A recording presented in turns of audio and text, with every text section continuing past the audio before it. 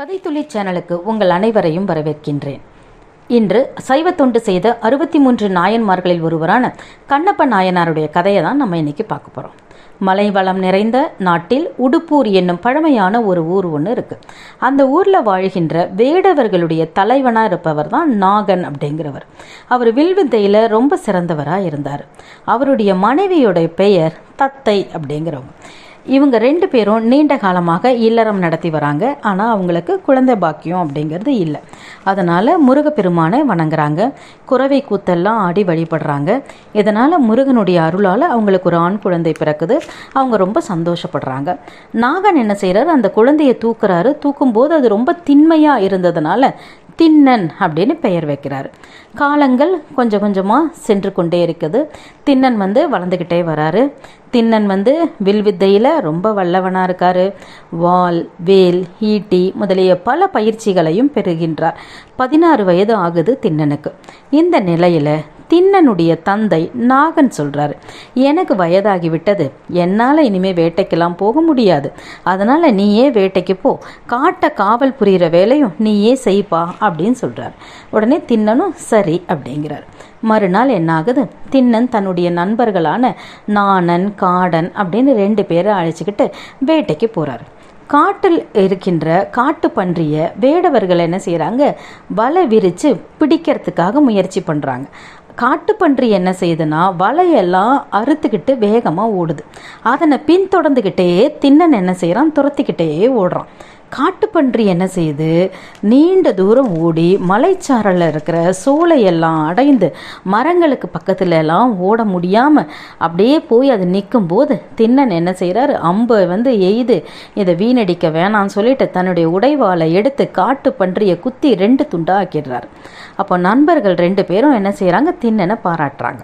நம்ம ரொம்ப தூரம் வந்துட்டோம், பசிக்குது, தாகம் வேற எடுக்குது, அதனால் என்ன செய்யலாம், அந்த பன்றியை நெருப்பில் இட்டு வாட்டி வதக்கி சாப்பிடுவோம், தண்ணீரும் குடிச்சிட்டு காட்டுக்கு மறுபடியும் போயிடுவோம் அப்படின்னு நண்பர்கள் சொல்கிறாங்க. திண்ணனும் சரிங்கிறான். இன்னும் திண்ணன் கேட்குறாரு, தண்ணி எங்கே இருக்குது குடிக்கிறதுக்கு அப்படிங்கிறாரு. அப்போ நாணன் சொல்கிறாரு, அதோ அந்த உயர்ந்த மலைக்கு பக்கத்தில் பொன்முகிலி அப்படின்னு ஆறு ஒன்று ஓடுது, அங்கே தண்ணி ஜில்லுன்னு இருக்கும் அப்படிங்கிறான். உடனே திண்ணன் சொல்கிறாரு தன் நண்பர்களை பார்த்து, வாங்க நம்ம அங்கே போகலாம் அப்படின்னு. அப்போ அவங்க பக்கத்தில் போகும்போது அங்கே திருக்காலகத்தினுடைய மலைச்சாரலினுடைய சோலையை பார்க்குறாங்க. திண்ணன் உடனே தன் நண்பனை பார்த்து சொல்கிறான், நம்ம அந்த குன்றுக்கு போகலாமா அப்படிங்கிறான். உடனே தான் நண்பன் சொல்கிறான், அந்த குன்றின் மீது தான் குடுமிநாதர் இருப்பார், நம்ம போய் கும்பிடலாம் அப்படிங்கிறான் நண்பன். உடனே 3 பேரும் என்ன செய்கிறாங்க, பொன்முகிலி ஆற்றுக்கு போகிறாங்க.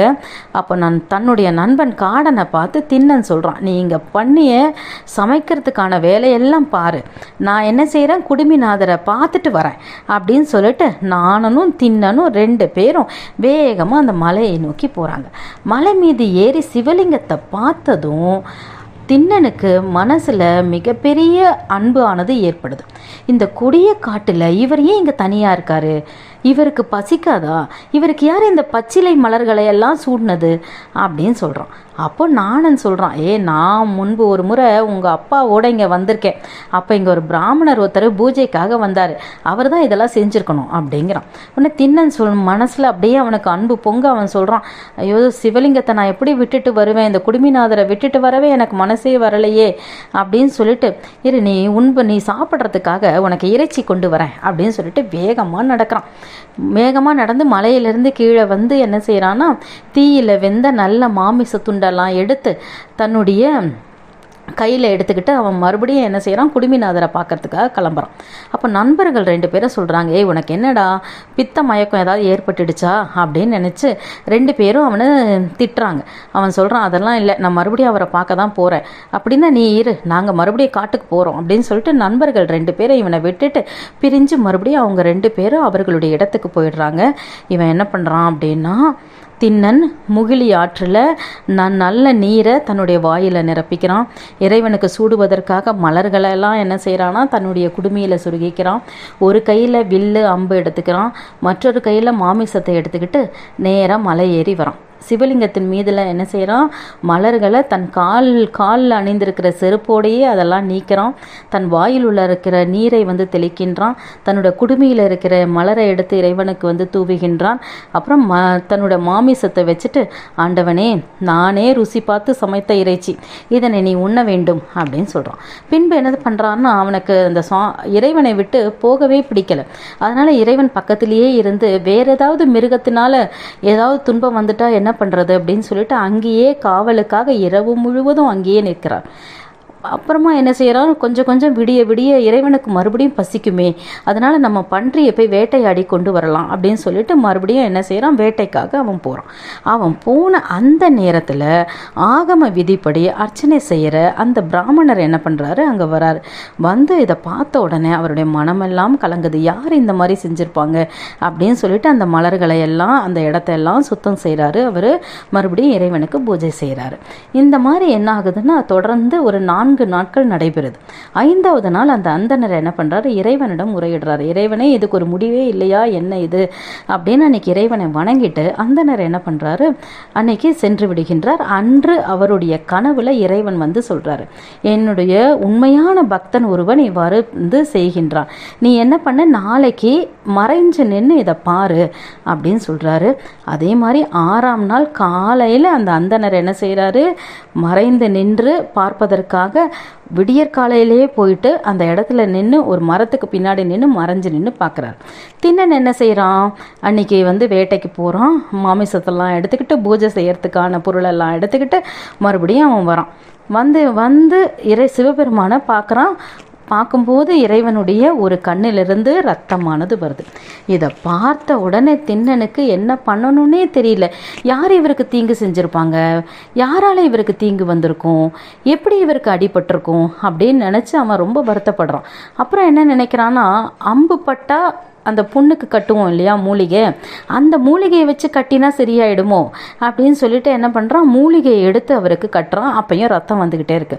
அங்கே இருக்க பச்சை இலையெல்லாம் கொண்டு கட்டுறான். அப்பையும் ரத்தம் கொட்டிக்கிட்டே இருக்கு. என்ன செய்யறது அப்படின்னு யோசிச்சுக்கிட்டே என்ன பண்ணுறான் அப்படின்னா, தன்னுடைய வலது கண்ணை அம்பினால் குத்தி எடுத்து இறைவனுடைய கண்ணில் வச்சு அப்பறாரு. அப்போ ரத்தம் நின்றுடுது. அப்போ திண்ணனுக்கு ஒரே மகிழ்ச்சி, தன்னை தானே பாராட்டிக்கிறான், ஆனந்த கூத்து ஆடுறான். எவ்வளவு புத்திஸ்தலமான செயல் நான் செஞ்சிருக்கேன் அப்படின்னு நன்று அப்படின்னு பாராட்டிக்கிறான்.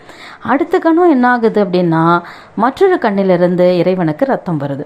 இதை பார்த்த உடனே என்ன பண்றது, எனக்கு இதுக்கான மருந்து தெரியும் அப்படின்னு சொல்லிட்டு என்ன பண்றான் அப்படின்னா, தன்னுடைய காலை எடுத்து அடையாளத்திற்காக இறைவனுடைய கண்ணில் வச்சுக்கிட்டு தன்னுடைய அம்பை எடுத்து தன்னுடைய இன்னொரு கண்ணை குத்த போகும்போது இறைவன் சொல்றாரு, அங்கு இறைவன் அவனுடைய அன்பை பார்த்து பேசுகின்றார். நில்லு கண்ணப்பா, நில்லு கண்ணப்பா, நில்லு கண்ணப்பா அப்படின்னு 3 முறை கூறுகின்றார்.